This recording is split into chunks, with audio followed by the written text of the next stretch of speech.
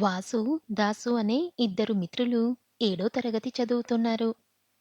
వాసు చదువులో ఎప్పుడూ ముందుండేవాడు. దాసు ఆటల్లో చురుగ్గా ఉండేవాడు.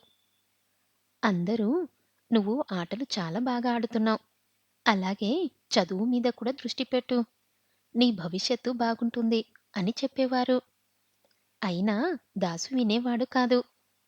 దాంతో మిత్రుడిలో ఎలాగైనా మార్పు తీసుకురావాలనుకున్నాడు వాసు. ఒకరోజు దాసుతో మనకు తొందరలో పరీక్షలున్నాయి. మనమిద్దరం కలిసి చదువుకుందాం. నీకు సాయం చేస్తాను. కొంచెం ఆసక్తిగా చదివితే చాలు అన్నాడు. నేను ఆటలు బాగా ఆడగలను. నువ్వు చదవగలవు. అంతే. నేనేం చెయ్యాలో నువ్వు చెప్పాల్సిన పని లేదు. నువ్వు పదే పదే అదే మాట చెబితే నేను నీకు ఓ మాట చెప్తాను అన్నాడు దాసు. ఏంటో చెప్పు అడిగాడు వాసు. నువ్వు నన్ను పరుగు పందెంలో ఓడించు. అప్పుడు నీ మాట వింటాను అన్నాడు. ఆ మాట విని ఏమీ అనకుండా ఉండిపోయాడు వాసు.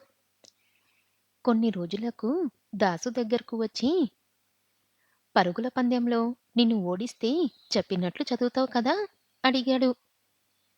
తప్పకుండా చదువుకుంటాను అన్నాడు దాసు. అయితే ఇప్పుడు పందెం పెట్టుకుందాం అన్నాడు వాసు. చెప్పినట్లుగానే పోటీల్లో వాసునే గెలిచాడు. దాంతో ఆశ్చర్యపోయిన దాసు, నువ్వు చదువుల్లో ముందుంటావు సరే, పందెంలో ఎలా గెలిచావు అని అడిగాడు. సాధనతో ఏదైనా సాధ్యమే. నువ్వు చెప్పినప్పట్నుంచి రోజూ ప్రాక్టీస్ చేశాను. గెలవాలని నిర్ణయించుకున్నాను.